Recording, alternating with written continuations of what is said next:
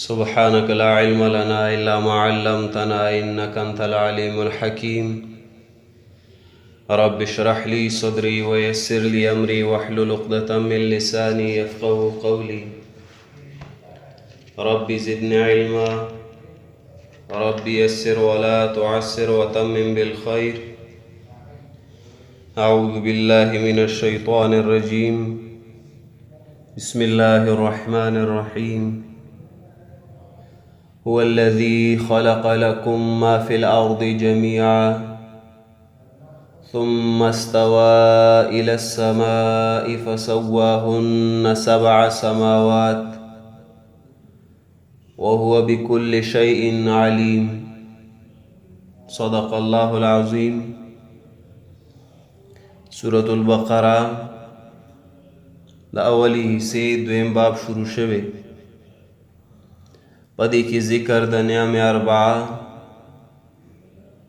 آمون شروع کړی دی. پاغې کې یو نعمت 28 آیت کې کنتم امواتا فاحیاکم، نشت وی تاسو ماشته کړی، هغه مونږ ذکر کړی دی. اوس نننی سبق کې خلق لکم ما فی الارض جميعا دا دویم نعمت دی چې الله تعالی فرمایي د ځمکې ټولې منافع مې تاسو له پیدا کړي دي. کیف تکفرون بالله، څنګه انکار کوي د الله دی یووالي نه. اول نعمت و د نشت نه مې شته کړی، کیف تکفرون بالله. اوس دویم نعمت د ځمکې ټولې منافع مې تاسو له پیدا کړي دي. کیف تکفرون بالله. د دې آیت د ما قبل سره ربط څه دی؟ وروستو آیت کې تخلیق د انسانو چې انسان مې پیدا کو فاحیاکم. اوس دلته اسباب د بقا ذکر کوي د پاره د انسان چې انسان به پس باندې باقی پاتې وي، ژوند به پس تیری. نو هغه ځمکه او د ځمکې تمام اشیاء الله فرمایي دا ما د انسان له پیدا کړی دی. وروستو تخلیق د انسانو، دلته اسباب د بقا د انسان. یا بل ربط وروستو یویل ثم یحییکم ثم الیه ترجعون، چې الله به تاسو په قیامت کې دوباره ژوندی کوي. منکرین ویل دا څنګه چې یو ځل خاورې ریشو بیا به مو الله څنګه ژوندی کی. اوس دلته الله پاک خپل قدرت ورته ښیي چې زما قدرت شته، داسې ځمکه او اسمانونه پیدا کړي دي، نو ستاسو دوباره پیدا کول به څه ګراني. وروستو یې ذکر وکړو د بعث بعد الموت، چې الله به هم د مرګ نه پس دوباره پورته کی په قیامت کې. نو منکرین ویل چې دا به څنګه کیږي، دا خو به خاورې ریشو. نو دلته الله خپل قدرت ورته ښیي چې ځمکه او اسمانونه پیدا کولی شم، ستا دوباره پیدا کول به ماته څه ګراني. دا ربط شه د مخکې سره. هو الذي، دا الله غذات دی، خلق لکم، خلقا چې پیدا کړی دی، لکم ستاسو د فائدو د پاره، ما هغه څه فی الارض چې په ځمکه کې دي، جمیعا ټول. ثم استوى، بیا اراده وکړه الله الی السماء، په طرف د جوړولو د اسمان. ثم استوى، بیا اراده وکړه الله الی السماء، په طرف د جوړولو د اسمان. فسواهن 7 سماوات، نو جوړې کو دی اسمان لا 7 سماوات و اسمانونه. وهو بكل شيء عليم، او دا الله پر یو شی باندې علیم پوهه دی. هو الذي دا الله غزاد دے خلق لکم چې پیدا کړی دی ستاسو د فایدو دپاره. خلقه معنی مونږ مخکې د دې وضاحت کړی دی. دلته معنی ده پیدا کول، تخلیق. دا الله غذات دی خلقه چې پیدا کړی دی لکم، معنی ما وکړه ستاسو د فایدو دپاره. ځکه بعض وایي چې دلته لکم کې لام د ملکیت دی، وی لام د ملکیت دی، نو معنی کوي لکم ستاسو د ملکیت دپاره هغه څه چې په ځمکه کې دي ټول. دا معنی صحیح نه ده چې لام د ملکیت واخلي، ځکه چې مالک د تمامو اشیاو شوي، د سمندر، د اور، د نورو مخلوقاتو. نو بیا خو پکار دا دی چې تاله نقصان ضرر هم در نه کی. سمندر خو چې در باندې چپه راشي نو غرق دی کی، اور در باندې ولګي او دې سوځي. نور حیوانات وحشیت پکې کله کله پیدا شي نو هغه دې مخوري مړ دی کی. نو چې مالک وي بیا ولې در سره داسې کوي؟ نو دراصل دلته لام د ملکیت نه دی ښه، دلته لام دی د انتفاع. انتفاع معنی لام دی د پاره د فائدې. دی وجه ما معنی وکړه لکم ستاسو د فائدو د پاره چې تمام اشیاء الله پیدا کړي دي، نو په دې تمامو اشیاء کې ستاسو فائدې دي. نو دې لام ته لام د انتفاع وي. نو دا الله غذات دی خلق لکم چې پیدا کړي لکم ستاسو د فائدو د پاره. سی پیدا کړي ستاسو د فائدو د پاره، نو مخې ته ذکر کوي جمیع ټول، هر څه چې په ځمکه کې دي ټول. دلته یو اعتراض واردېږي، تمام اشیاو کې خو فائدہ نه وي، څه اشیاء زهریله وي، نقصانی وي. نو بیا الله څنګه وایي چې ما فی الارض جمیعا، ټول اشیاء د ځمکې ما ستاسو د فایدو دپاره پیدا کړي دي. ټول اشیاو کې خو فایده نشته، څه کې نقصان ضرر هم ډېري. نو بیا د دې څه مطلب شو؟ نو د دې جواب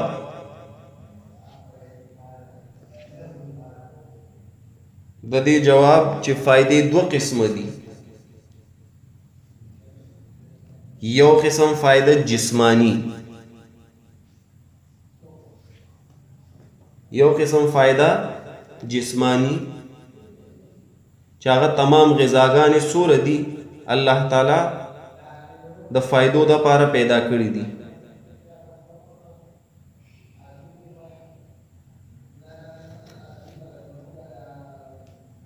نو یو قسم فائدہ جسمانی لکه تمام غذاګانې او معدنیات چې هغې کې تشې فایدې دي د انسان دپاره.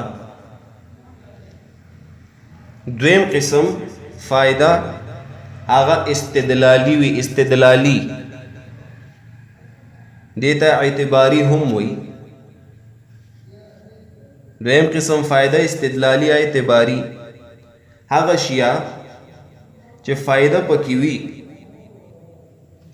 خو ظاهر حل شي د هغې فایدې چې ته ورته د عبرت په نګاه وګورې.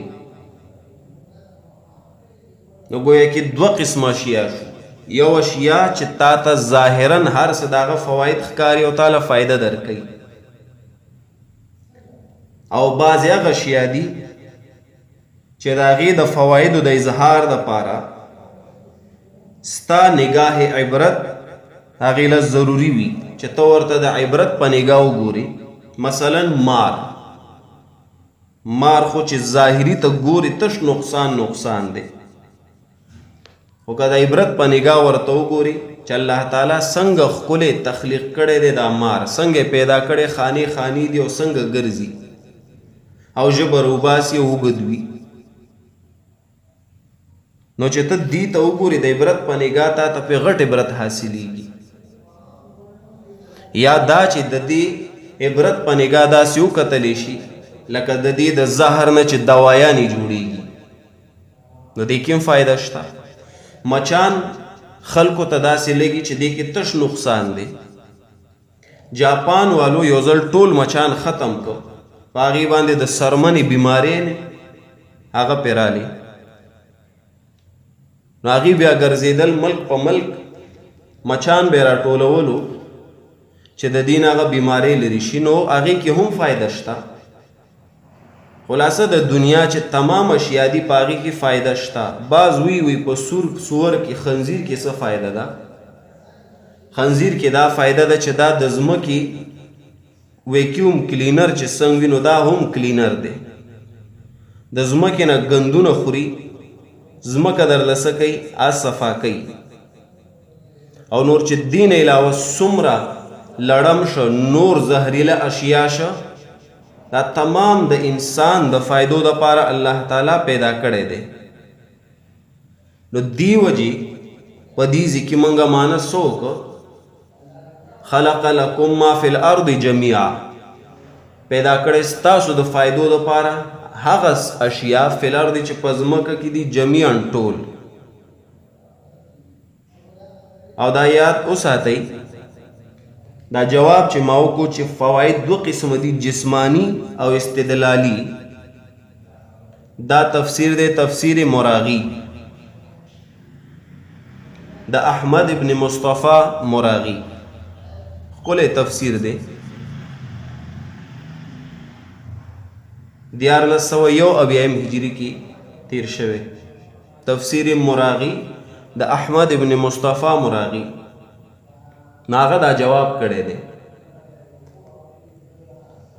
ما فی الارض جمیعا، هغه څه چې په ځمکه کې دي جمیعا ټول، د ځمکې تمام اشیاو کې تاسو له څه دي؟ فایدې دي.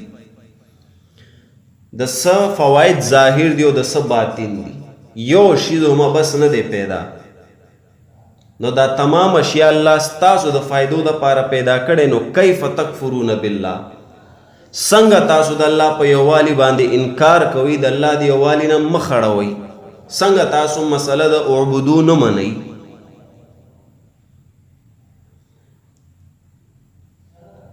دلته یو اعتراض دهریان کوي.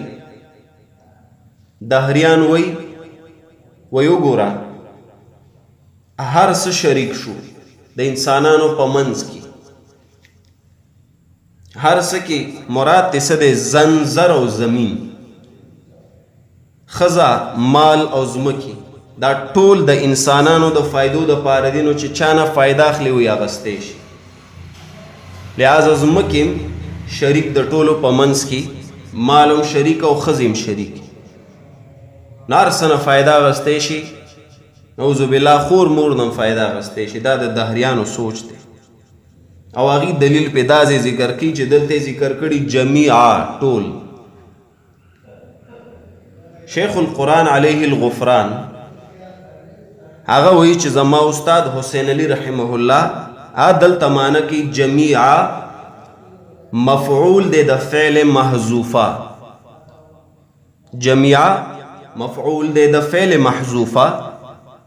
نو وی معنی دلته دا کوي اعتقدوا جميعا من الله، اعتقدوا جميعا من الله، تاسو عقیده وساتئ د دې خبرې چې دا ټول اشیا د طرفه د الله نه دي. نو دا دې له راغلی چې عقیده د دې وساتئ چې ټول اشیا د طرفه د الله نه دي، دا نه چې د پاره د ملکیت. او دا معنی قرآن کریم په خپل هم کوي. لکه سورت وګورئ، سورت الجاسیه،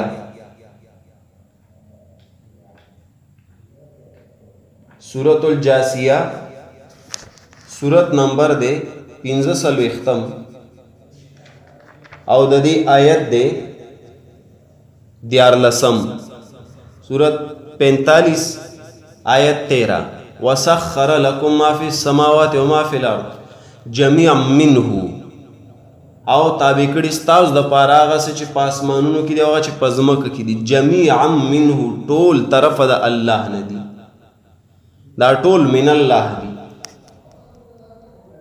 دین علاوه سورة النحل وګورئ، سورة النحل سورت نمبر دی 14. او آیت د دې 53 سورت 14 آیت 53 نمبر آیت. الله فرمائی وما بكم من نعمت او هغه چې کړي پتا سو س نعمت فمن الله نو د طرف د الله نه دي. نو تمام نعم من الله د جانب د الله نه دی. دا معنا عبد الله ابن عباس رضی الله تعالی عنہ هم کوي. ناغم وی جميعا منه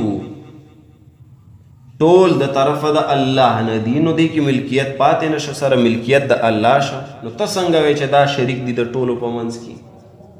دا یو وړوکی شان اعتراض د جانب د دهریانو نه چاغي کوي. الله فرمایي هو الذی دا الله غزاد دی خلق لکم چې پیدا کړی دي ستاسو د فائدو د پاره ما غسفلر دی چې پزمک کې دي جميعا ټول ستاسو د فائدو د پاره دي. د څه فواید ظاهر او د څه فواید باطن. د ځمکې د تخلیق ذکر وشو نو د آسمان د تخلیق ذکر کوي چې دور لوی ځمکه سره د ډیرو منافعو می تاسو له پیدا کړي سره د ډیرو فواید می تاسو له پیدا کړي. نو تاسو دا پیدایش څه شی دی منکرینو؟ ثم استوى بیا اراده وکړه الله الى السماء په طرف د جوړولو د اسمان فسواهن نو جوړی کو دی له 7 سماوات و اسمانونه. استوا زیات وضاحت بمنګه په سورۃ الاعراف 53 کې کو. خدلته مختصر غوندې دا وری چې استوا معنی صدا ځکه ما مانو کا اراده وکړه الله. استوا د اسماء صفات نه دی د الله. دلته د دې په باره کې تقریبا 3 اقوال دي. یو قول عدم تأویل چې ترک تاویل وشي او لفظي معنی وشي سره تاویل پکې ونشي. یو قول د متقدمینو په نسبت چې کوم پخوانی علماو داغي دلته طریقه سوا عدم تأویل چې تاویل ترک شي تاویل سره ونشي معنی لفظي وشي دلته. نو معنی بیا داسې ده ړومبنی معنی ثم استوى الى السماء ثم استوى بیا استوا وکړه په طرف د اسمان نو جوړې کو دی لاس و اسمانونه. اوس دلته استوا وکړه سمانه ده نو د دې پوښتنه ونه کی لکه تفسیر مدارک امام نصفی رحمه الله هغه واقعه د امام مالک رحمت الله تعالی علیه ذکر کوي. امام مالک ډیر لوی عالم تیر شوی. هغه یو ځل ناست یو تن رالو دغه استوا علی العرش مسلې باره کې پوښتنه وکړه چې الله تعالی په عرش باندې مستوی دی استوا یې کړی نو څنګه؟ امام مالک ورته وی الاستواء معلوم والتکیف فيه مجهول. الاستواء معلوم والتکیف فيه مجهول والسؤال عنه بدعة وانت المبتدع فاخرج. امام مالک ورته جواب وکړو چې استوا معلومه ده په قرآن کې راغلی دی والتکیف فيه مجهول او کیفیت مجهول دی چې څنګه الله استوا کړی دی سره نشته په قرآن کې. والسؤال عنه بدعت نو د دې په باره کې سوال کول دا بدعت دی چې ته کوم سوال کې دا د بدعت کو وانت المبتدع بدعتي فخرج اوزا د دې ځای نه ورکشه چې بیا را نشي. نو یو قول دلته د متقدمینو چې هغې د استوا لفظي معنی کوي هغې عدم تأویل نه کار اخلي تأویل پکې نه کوي. نو دلته که دا معنی کوي ثم استوا بیا استوا یې وکړه الى السماء په طرف د اسمان نو څنګه استوا وکړه د دې بیا وضاحت نشته. یا دویم قول تاویل موافق د لغت سره لکه استوا معنا برابرتیا، استوا په معنا د برابرتیا راځي. دې لپاره سورۃ القصص وګورئ، 28 نمبر سورت، د دې آیت د 14 28 سورت آیت 14. ولما بلغ شده واستوى آتیناه، ولما بلغ شده او کله چې ورسید موسی علیہ السلام اشده مضبوطیا د عمر ته، واستوى او برابر شه په اندامونو. استوا دلته بمانی برابرتیا. نو دا دویم قول تعویل موافق د لغت سره چې استوا معنا برابرتیا شي.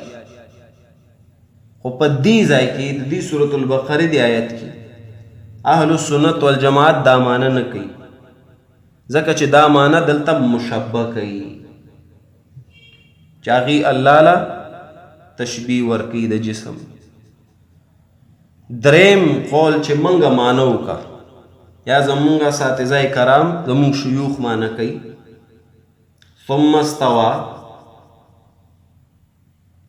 بیا اراده وکړه الله په طرف د آسمان. دا اوس تعویل دی او موافق د قرآن او د حدیث ښه. دلتم تعویل کو موافق د قرآن او د حدیث د پیغمبر علیہ السلام.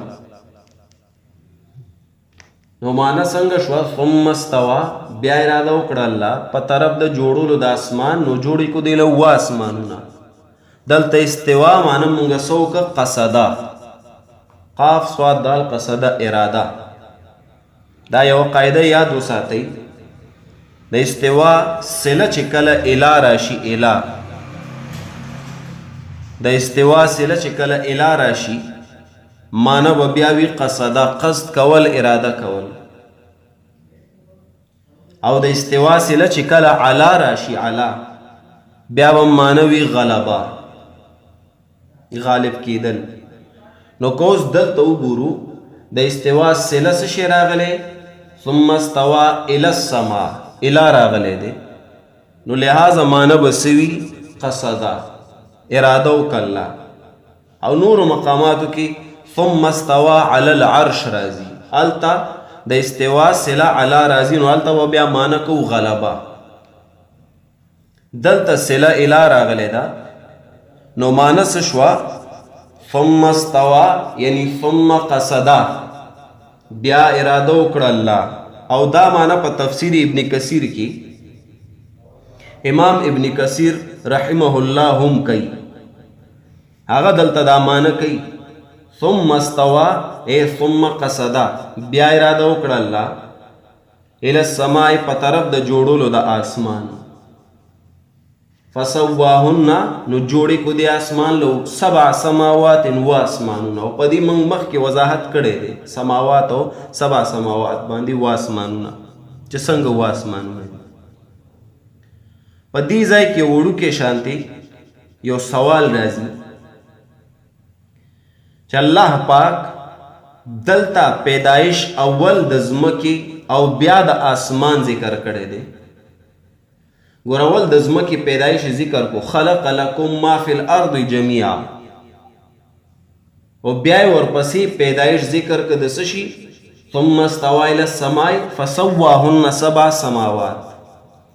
دلته وایي چې اولې ځمکه پیدا کړي او بیا وایي آسمان پیدا کړی دی.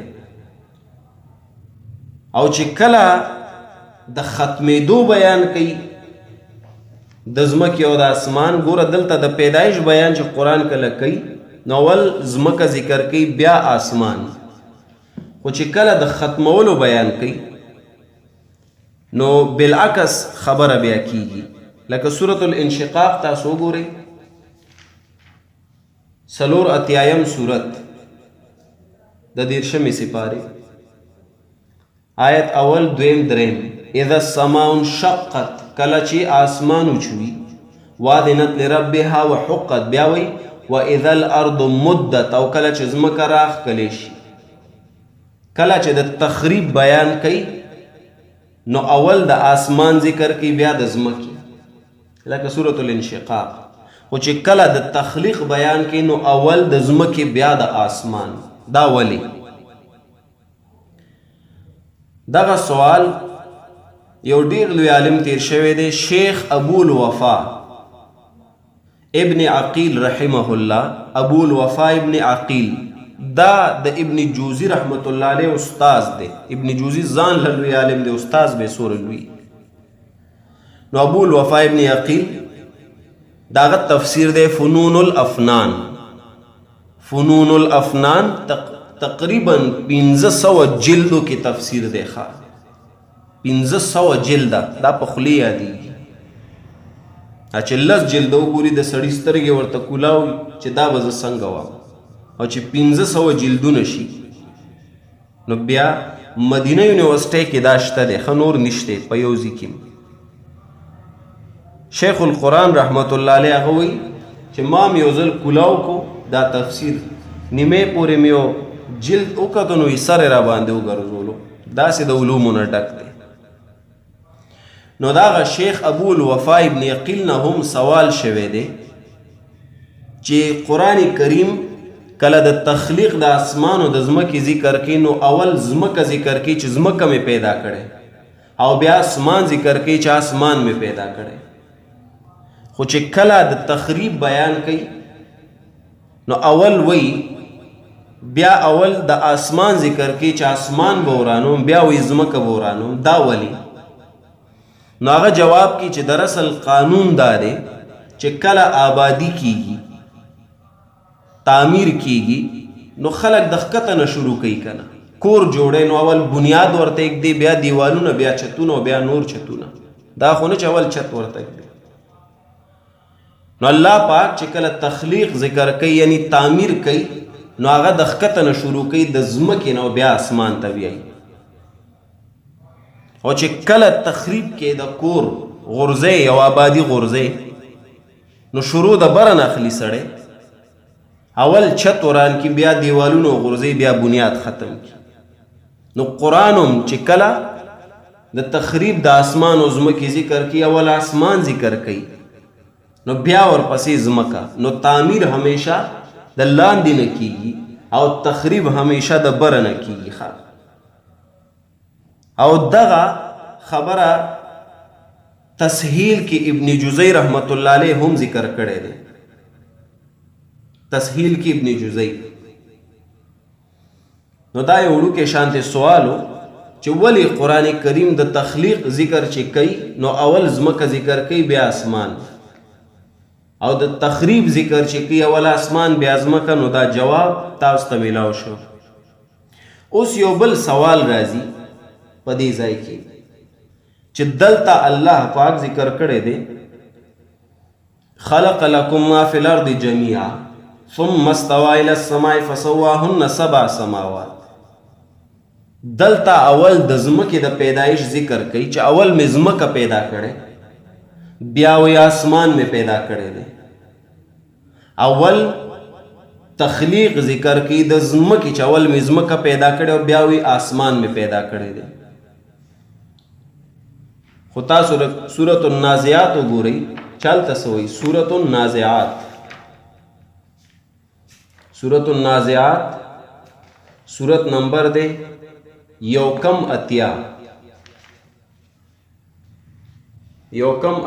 سورت او د دې آیت نمبر دے 13. چول د آسمان د پیدایش ذکر کی انتم اشد خلقا ام السماء بناها رفع سمكها فسواها. اول د آسمان د پیدایش ذکر کی واغطش الليلها واخرج ضحاها، بیا وی والارض بعد ذلك دحاها. نو ولوی انتم اشد خلقا ام السماء بناها چې جوړ کړي د مونږ د اسمان لره. نو بیا دلته سوی والارض بعد ذلك دحاها، او زمکا پس د دینا خور کړي دی لره الله، وړولې دی لره الله. د دلته خو اول د آسمان د پیدایش ذکر کوي، بیا ورپسې د زمکې د پیدایش ذکر کوي.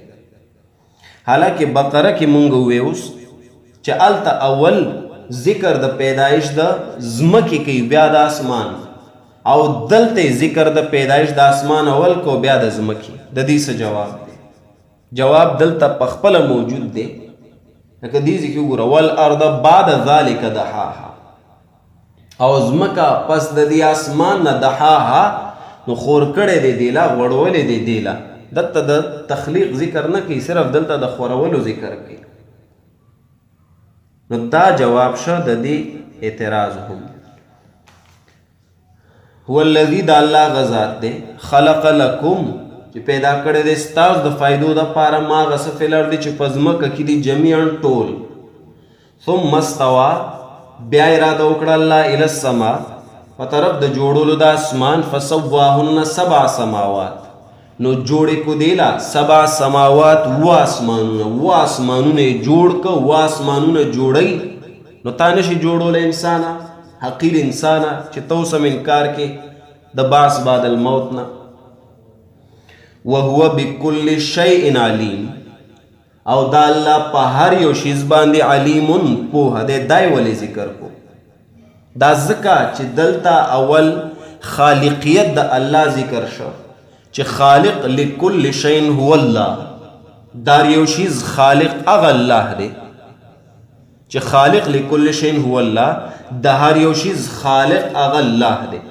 نو اوس دلته ذکر کوي عالم بكل شيء هو الله، عالم هم پر یو شیز باندې هغه الله دی.